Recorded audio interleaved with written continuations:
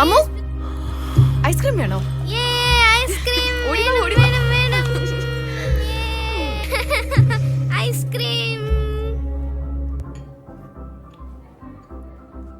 Ice cream കൊള്ളാല്ലേ? കൊള്ളാം.